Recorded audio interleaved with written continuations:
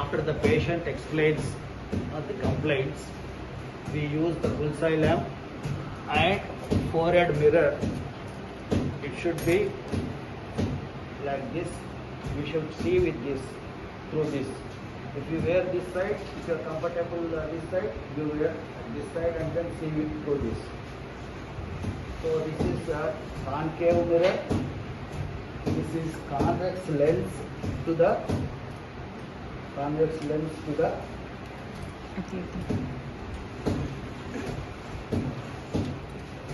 convex lens to the bullseye lamp. There is a bulb, there is a convex lens. Light will come, fall on this, gets reflected, goes into the ear, nose, throat, which are narrow cavities. So nowadays we are not using these two. Switch off. Okay. This is chargeable forehead. Headlight. So it is brighter. We need not have the bullseye lamp forehead mirror. This is enough. If you want still brighter, clear picture of the tympanic membrane here, this has got still magnification and bright light. And then this has got an opening here where you connect the tube. The other end of the tube will have a bulb. So once it is tightly fit into the ear canal of the patient,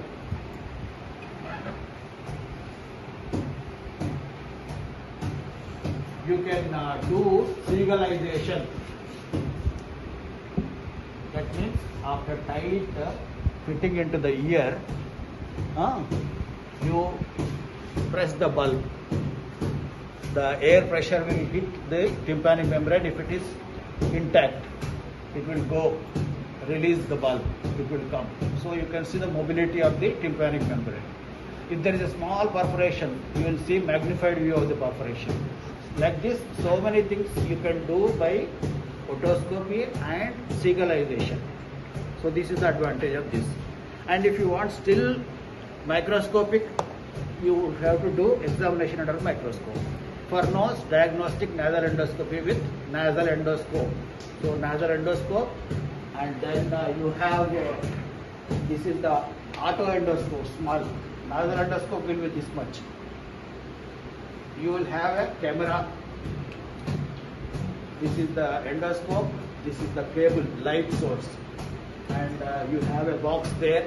That is the fountain or light source cable.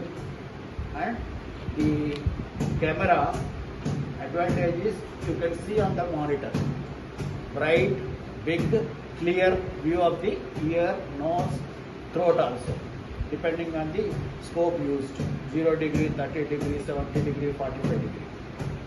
So this is for the detailed and brighter view and detailed examination. So now the patient has got a problem with the nose. Book problem undi kada? So we have to select a instrument. These are the instruments used in the OP. So and then you select the instrument required. So I have to see the nose. Endoscope is not there. So this is the brightest what I can get in the OP. This is the Dudukam nasal speculum. How to hold it? First you have to keep like this. Then these two fingers will press the blades towards the patient. This will support. See on this first, then between the two, press. This will support. Every examination you should explain the patient, take the patient into confidence, and then you do. ఏం భయపడాల్సింది లేదు, మంచిగా చూస్తాం, సరేనా? అన్ని చూస్తా కొంచెం ఓపిక పట్టు, అదొక అట్లా బిగబట్టదు. ఫ్రీ ఉంటే మంచిగా లోపలంతా కనబడుతుంది. భయం ఎందుకమ్మా, ఎన్నోసార్లు వచ్చినావు, వారం అవుతుంది, మరి వారం నుంచి నీకు తెలిసి ఎట్లా పరీక్ష చేసేది కదా. This is anterior rhinoscopic examination with the Tudukam, nasal speculum. If you don't remember Tudukam, you can say nasal speculum. Why so many are there? Depending on the age of the patient, you have to select. This is for the younger age, this is for the elder adults, medium. So like this you use the speculum. For example, you want to see the throat, tongue depressor, lax tongue depressor. And you have seen the anterior part of the nose, anterior rhinoscopic examination. Posterior, how will you see? You have to use a posterior rhinoscopy mirror. This is a posterior rhinoscopy mirror. The difference between laryngeal mirror and the posterior rhinoscopy mirror, this is straight, this is angled. This has got big mirror, this has got small mirror. Both you should hold like a pen only. This posterior rhinoscopy mirror will face upwards. This will face downwards. So larynx is down, nasopharynx is up. It should not be too high. Dip in the lukewarm water. Check on your dorsum of the hand. It should not burn. If it is hot, it will burn the mucosa over the oral cavity, oropharynx. So examination of nasopharynx. For that you require tongue depressor, the post-rhinoscopy mirror, and again you explain the patient. అద్దంలో చూస్తా ముక్కు వెనుక భాగం ఏం కాదు, నువ్వు భయపడక, అస్సలు భయపడకు. నోరు తెరవాలా, నాలుక లోపలనే ఉండాలా, బయటకు రావద్దు. మంచిగా తెరిచి నేను ఎప్పుడు గాలి తీసుకుంటే అప్పుడు గాలి తీసుకో, ముక్కుల నుంచి ఎంత వస్తే అంత లూజ్ పెట్టు, ఏం కాదు. So you keep like a pen, keep over the tongue depressor, go behind the uvula and soft palate without touching any structure en route. Like this only you have to go. Don't touch the postopharyngeal wall, don't touch the pillars, don't touch the uvula. Then the patient will be very cooperative. You can see the structures. You know the structures seen by doing post-rhinoscopic examination. The posterior end of the septum, the choana on either side, the eustachian tube openings laterally, then the fossa brucer molar and the tubal eminence. So all these you will see. And then this is the examination of nose. So you have to see the external appearance of the nose. Any deviation is there, any scar is there, any swelling is there. Then you have to see, palpate for the maxillary sinus in the canine fossa. At the floor of the frontal sinus, at the medial end of the eyebrow, frontal, at the medial end of the medial canthus for ethmoids, sphenoid you can't. And then after that you do the examination of vestibule. Vestibule is the entrance to the nasal cavities. Like this you elevate and see whether there is normal vestibule or any disease is there. And then you will also see whether there is any caudal dislocation of the septum. Instead of like this, if it is like this, this is caudal dislocation.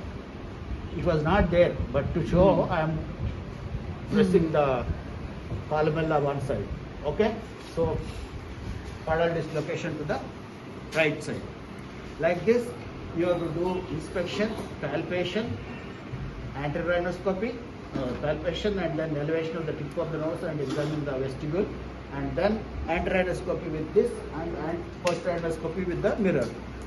Okay, then examination of the ear. Same, you have to tell the patient that don't worry, I am not going to harm you, you have to cooperate, and then you make the pinna in view, and then see on inspection any abnormality of the pinna, preauricular, postauricular, supra, infra, nothing. Okay, then you see the external canal by making it straight, pulling it, and then you will see if the light is bright, even the tympanic membrane, handle of the malleus. But that is not enough. You have to use the oral speculum. oral speculum. You have to hold like this, introduce like a screw. So pull, introduce, and ఏం కాదమ్మా, and then like this you ఏం కాదు, అట్లా భయపడద్దు, ఏం కాదు.